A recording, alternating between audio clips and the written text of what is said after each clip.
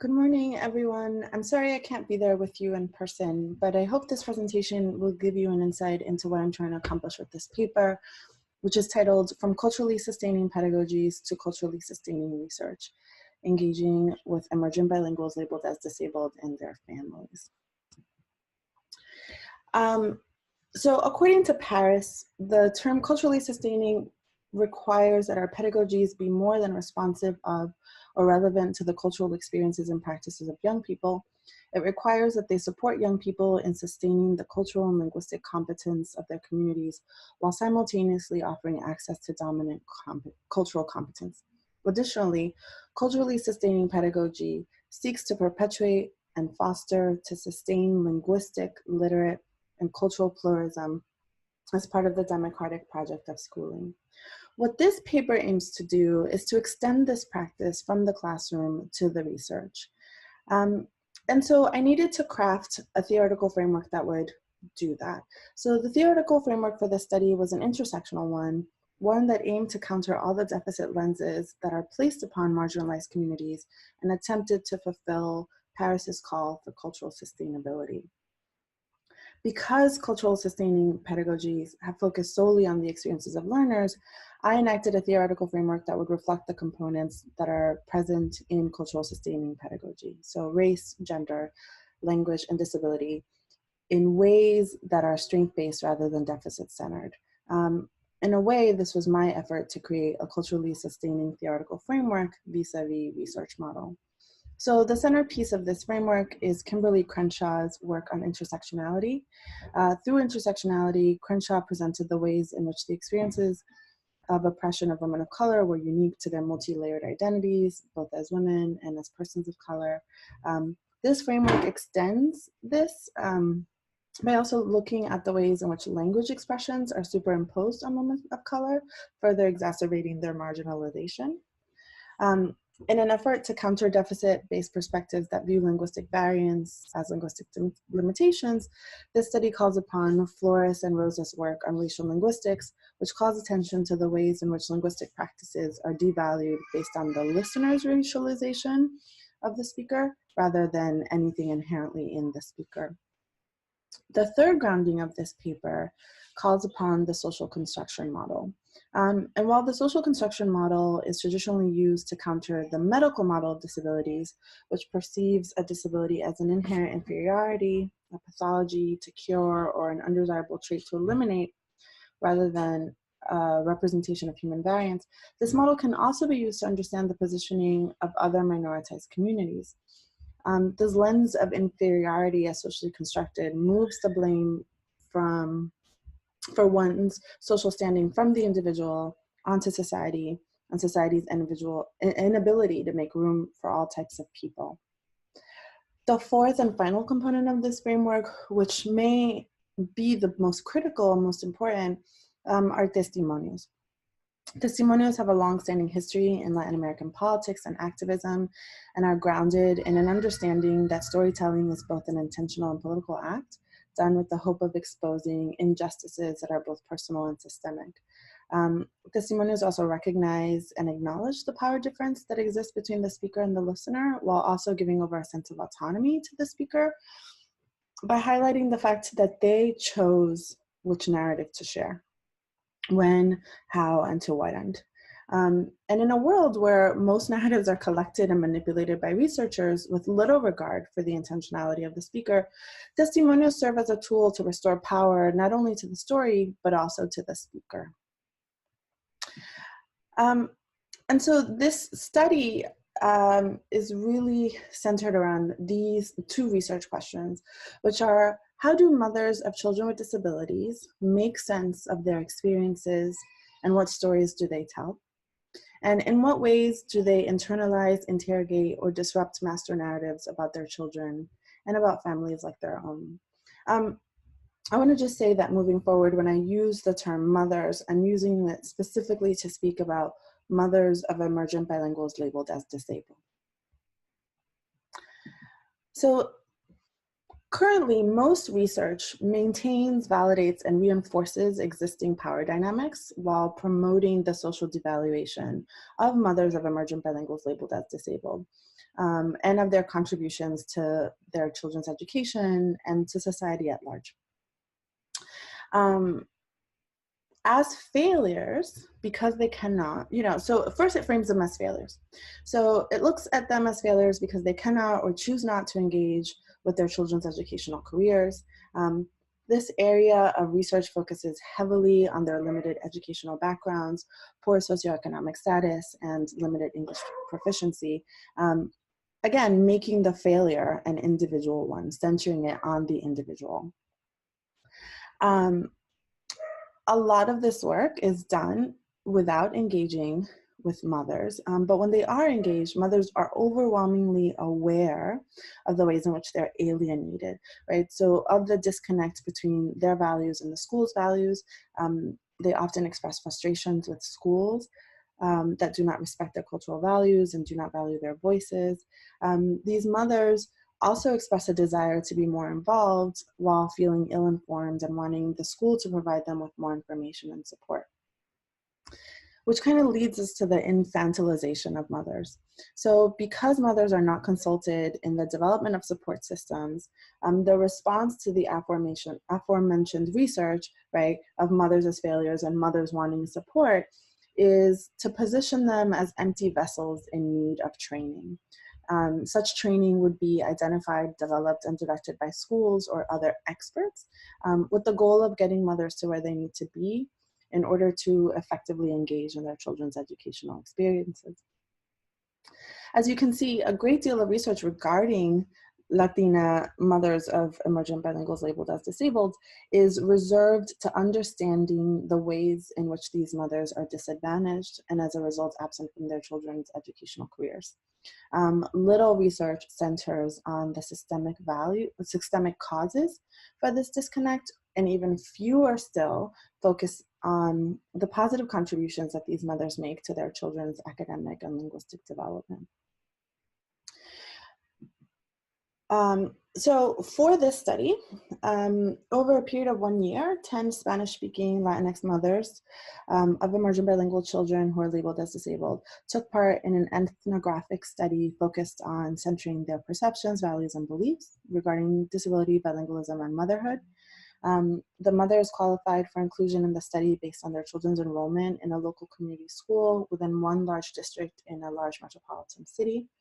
The children were in grades 2 through 6 and were in a variety of special education placements, bilingual inclusive classrooms, transitional bilingual special education, and monolingual inclusive education classrooms. All the children were identified as having a disability and also identified as English language learners by their school districts. The study took part in 2 phases. During the first phase, all 10 participants engaged in at least one face-to-face narrative interview. 6 of them were interviewed a second time. At the end of the first phase, 3 of the participants were invited to take part in ethnographic case studies.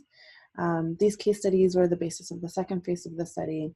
As part of the case studies, participants engaged in additional interviews about ranging between 4 and 6 additional interviews. 2 home observations, and they also contributed artifacts that related to their own or their own academic experiences or their child's experiences. The most critical and crucial component of the study was that the interviews are conducted in the mother's language of choice, which is Spanish. They took place in the location of their choice, and they were presented with open-ended questions that allowed them to share as much or as little as they hoped, while also allowing them to dictate the course of the conversation. For the analysis was also conducted in Spanish. The data was later translated and for dissemination. It was not translated and then analyzed, which I think is really important and we'll get to later. Given the qualitative nature of this study and its reliance on testimonials, the mothers had a chance to speak about the ways in which they were actively excluded from their children's educational experiences and the ways they had internalized some of these exclusions. Still, the mothers are able to present the ways in which they subverted them. So 3 of the findings that arose from those conversations were: 1, a sense of continued rejection; 2, discussions around internalized oppression; and 3, a presentation of ignored contributions, which I will elaborate on now. So throughout this study, every single mother who participated shared an experience in which she had been actively limited in her capacity as a parent by a teacher or a school representative. While these mothers understood that traditional framings of academic involvement were important, they were also able to identify how schools and their agents created hostile environments which made them feel unwelcome and/or invalidated their contributions to their child's academic development. In this first example, around teacher affect, Carlota identifies how a prior teacher's warm and inviting demeanor made her feel valued and supported, while a new teacher's more dry and standoffish approach made her feel unwelcome and silenced. The treatment that mothers received from schools was a common indicator of disregard. This was not only an issue once a child was placed in special education, but even during the evaluation period, as recounted in Sarah's experience, where she described her experience with the school as just being filled with silence. And being made to wait, Sarah expresses the ways in which mothers are discreetly pushed out of the special education process. Even though parents are meant to play an equal role in the decision-making process, withholding information is one way that a school can establish dominance over the parent, thus resulting in their alienation in future processes. What was even more concerning is the fact that many of these mothers were dismissed even when armed with support from the district, as was the case here with Patty. When Patty tried to move her child from a school that she viewed as overly critical and minimally supportive of her child, she found success at the district level. However, it was not until she tried to enroll her child in a local community school that she encountered any resistance, during which she was outrightly told by a school secretary that the district's letter didn't matter. So even after going through this process of looking for advocates and getting the necessary armament that she needed, she was still dismissed. So as a result of these regular indignities and denials that mothers encountered, they eventually internalized their inability to effectively advocate for their children, and started to find themselves at fault. And that kind of brings us to this sense of internalized oppression. So the most common way that mothers internalized the oppressions they encountered was by discounting their participation in their child's academic tenure. In this first snippet, Sometimes I Help, Rosa discounts her own role in her child's education, minimizing her homework support, even though she acknowledges that as a single parent, she's limited by her need to work and by the fact that her child's homework is primarily assigned in English, while she is a monolingual Spanish speaker. Still, she faults herself rather than the systemic factors that hinder her ability to be more engaged. Here, in Anna's case, we see that seeking additional support can be viewed as a form of parental engagement. But because of the way that that parental engagement is discussed, even though Anna sought additional support for her child, rather than seeing it as an indication of her involvement and engagement, she positions it as a response to her limited education and her lack of English proficiency. By focusing on her weaknesses, Anna is unable to question why her daughter's homework is exclusively in English, even though she's enrolled in a dual language class. So this is another way that internalized oppression feeds on parental guilt, right? She views herself as being unable to help her child because of her individual faults, rather than noticing the ways that the school is limiting her access. And then lastly, we see Carmela blame issues of unequal power distributions not on systemic racism, but on Latinx disposition. Rather than giving equal responsibility to both schools and parents, Carmela places the blame squarely on Latinx people and their demeanor of being, self-conscious and shy. Thus, she is internalizing these negative stereotypes of Latinx parents. Still, while many of these mothers did not support their children in standard Eurocentric ways, they were highly present in the lives of their children. One major way was by being physically present and giving over of their time.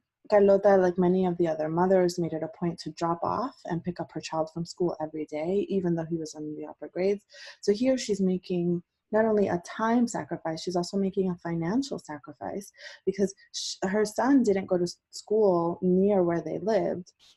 He was now in middle school, and so she paid subway fare to take him and to return herself home twice every day, just in order to be there for her child. We also see the ways that mothers put in effort. So while Carmela points to the ways in which she views external supports as necessary, she still views them as the last possible option, opting instead to be as involved as possible. So in this way, she finds other ways to mitigate the language barrier that she encounters, being a Spanish monolingual with her son being in English-only classes. So she did that by redefining the task, or by enlisting the help of, web-based translators, using the internet, using her phone, using a dictionary. She does all this in an effort to remain by her son's side and to preserve her role in his learning. And then finally, tired of showing up to school meetings only to find there was no translator available, we see Sarah take matters into her own hands and starts bringing her own. This ensured that she didn't waste her time in attending meetings, because she had to take time off from work. She also made sure that she wouldn't have to sit through meetings that she didn't understand or have to endure repeated reschedulings. Yet there are limitations to this. Among them is the fact that in using her own daughter as a translator, she knows she's giving over some of her autonomy, thus becoming dependent on her child.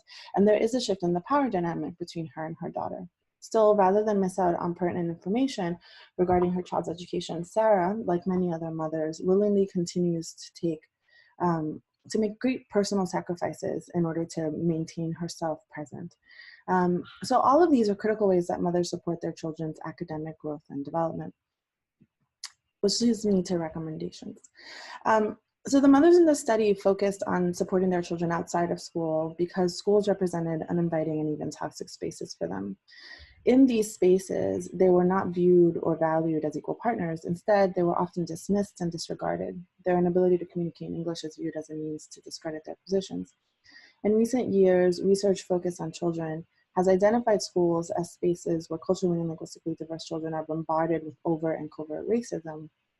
And while there has been a great focus on changing educational practice to those that are more in keeping with culturally sustaining pedagogies, these practices have not extended beyond the classroom and into the spaces that parents occupy. So as such, we are much more aware of the emotional, social, cultural needs of students without recognizing that these needs are also true for culturally and linguistically diverse families. And I think that this gap could be addressed with a focus on culturally sustaining research. A culturally sustaining approach to research is one that identifies the ways in which communities of color are devalued while also celebrating the things they do without subjecting them to white Eurocentric standards. What is critical with culturally sustaining research is an understanding that the participant has done nothing wrong. However, their behaviors and actions are framed as such because they're engaging with a system that positions their locus of knowledge as at best deficient and at worst damaging. In order for any of this to be done successfully, research about minoritized populations needs to come from members of those communities and in the local language. This means having research designed and led by in-group members. As members of those communities, said researchers have an understanding of cultural knowledge, they understand the fluidity of language, they also understand the experiences of their participants. They know which questions to ask and in what ways. Most importantly, they have the ability to frame their findings in ways that are critical, not just of the participants, but of the social structures they interact with. This does not mean that all researchers from minoritized communities will do critical work simply by being at the helm. The only way to ensure that critical work is being done is by triangulating critical theories with culturally appropriate methodologies and engaging in the language of the community. Lastly, for purposes of transparency and accountability, I think it's critically important that we start publishing data in the language it was collected, not only in the language of the intended audience. These steps will not only ensure that we're engaging in new research and that we are actively diversifying the academy, they will also help to dismantle systems of oppression by putting forth new types of understandings and fewer deficit-centered perspectives. It's time we as researchers take up the strategies we peddle to teachers. Otherwise, we run the risk of feeding a system we say we stand against. Thank you.